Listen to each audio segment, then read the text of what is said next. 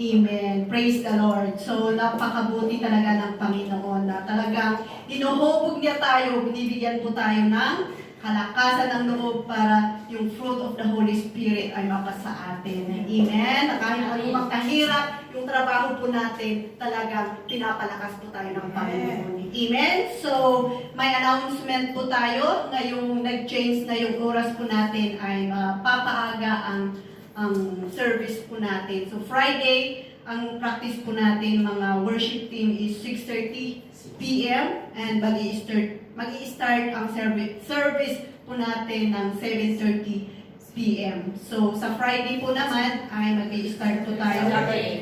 Saturday. Mag-i-start po tayo, worship team, mag-practice sa 6 o'clock at mag-i-start ang worship, yung service po natin ng 6:30. Okay po ba? So, welcome po tayo.